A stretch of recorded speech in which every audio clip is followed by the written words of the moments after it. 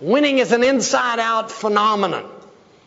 Achieving and sustaining success, facilitating, participating in these processes is an inside-out. I've made many references today to behavioral choices, but underlying all of those are the mental choices, and I am convinced from, again, the many life experiences that I've had, that it's the mental choices that contain the real power. And I'll close with one more story, one more experience, one more example. One of the two experiences in my life that has proven beyond any shadow of a doubt just how powerful mental choices are. This event occurred on August 1st, 1988. I had spent the day working with a client in Austin, where I live, was driving home late in the afternoon, broad daylight on a road, windy road in the hills west of Austin. I was doing 40 miles an hour, the speed limit. I was in my lane. I was acting right, ladies and gentlemen. What I didn't know was there was a 17-year-old lad who had spent the day setting some sort of new indoor-outdoor beer drinking record. He was coming the opposite direction on the same road. They estimate he was doing about 50 miles an hour, and around a bend in the road, he lost control of his and hit me head on. Sudden stop. Now, my car didn't have a airbag, but I was wearing a shoulder harness and a lap belt, so the only injuries I sustained were a concussion, a broken collarbone, a broken wrist, a broken back, and a perforated intestine. Could have been seriously injured if I didn't have my seatbelt on, I guess. The kid had a broken nose. That's it. Now, I'm not a physician, but as I understand it, the more limber you are at the time of impact, the better. And the kid was near liquid at the time of impact. We are medevaced to Brackenridge Hospital. A couple of days later, I'm starting to come around. I'm on a board. There's tubes everywhere. The surgeon's there, the nurse there, Barbara.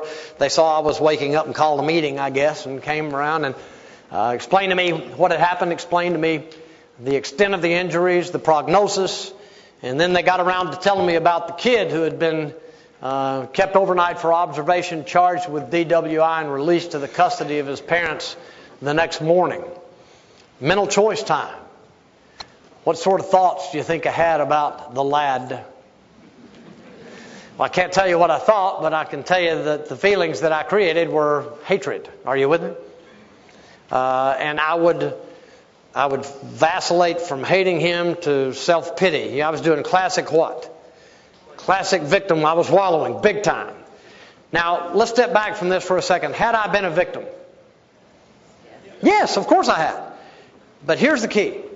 The minute we become consciously aware of our status, we begin making choices about that and about the events that contributed to it. And those choices will create emotions that'll either contribute to or hold us back in whatever it is we're trying to do. In this case, my body's trying desperately to get better. You with me? Does it take energy to hate? It does. I didn't have energy to spare. And so I'm wallowing in this. And my wife, Barbara, who I've mentioned several times today, she lives these things that I write and speak about. She's my model in life. She put up with my victimhood for about 24 hours. New record for Barb. Then she came to me in a very loving way, I'm sure, said something like, I know you're upset and I know you're uncomfortable, but I also know the way you're behaving is totally contrary to the things you profess to believe and write and speak about. Leaving me no choice but to shift my hatred from that kid to her. I'm going to hate somebody, by God, and I guess it'll be you. No, I didn't do that, but I didn't like it, but was she right? Yes, she's always right. She never gets tired of it. I've been thinking about that kid and myself. Here's the conclusion that she helped me come to, the right conclusion. I got to think about something else. And that may sound easy. It's probably the hardest thing I've ever done in my life. I've got to think. I've got to stop this wallowing. I've got to think about something else. So I started thinking about Barb. She was with me every day and every night in the hospital. She went on once a day to shower and change clothes. She slept in a chair as she slept. If I was awake, she was awake. If I needed to be loved, she was there. If I needed a swift kick, she was happy to administer that. And the woman is physically beautiful. So I thought a lot about her. I'm not going to tell you what I thought, but I thought a lot about her. And it worked. 26 days after the wreck, surgery, lost about 35 pounds. I got to go home. I couldn't drive. I couldn't walk. I couldn't work, but I got to go home. And a week later, I started being able to do a little bit more work. But the most amazing event, and the event that convinced me beyond any shadow of a doubt that mental choices are extremely powerful, this event occurred approximately 9.5 months after I got out of the hospital. I can tell that number 9 months ring a bell for some of you. That's when our daughter Annie was born. What's the point?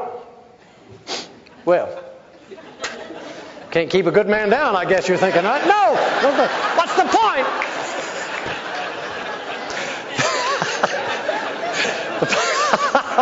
No, that's not the point.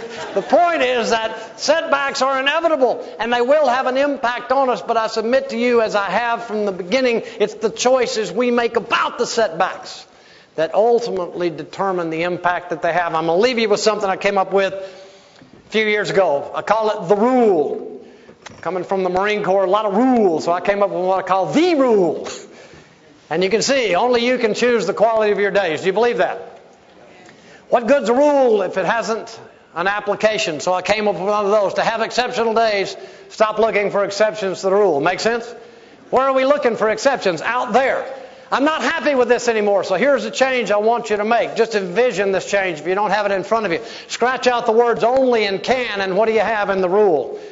You choose the quality of your days. Is that more accurate? Because if we say only you can, what's the implication? You can choose not to. Not so. You choose the quality of your days. And under the application, scratch it all out. And here's what it would read.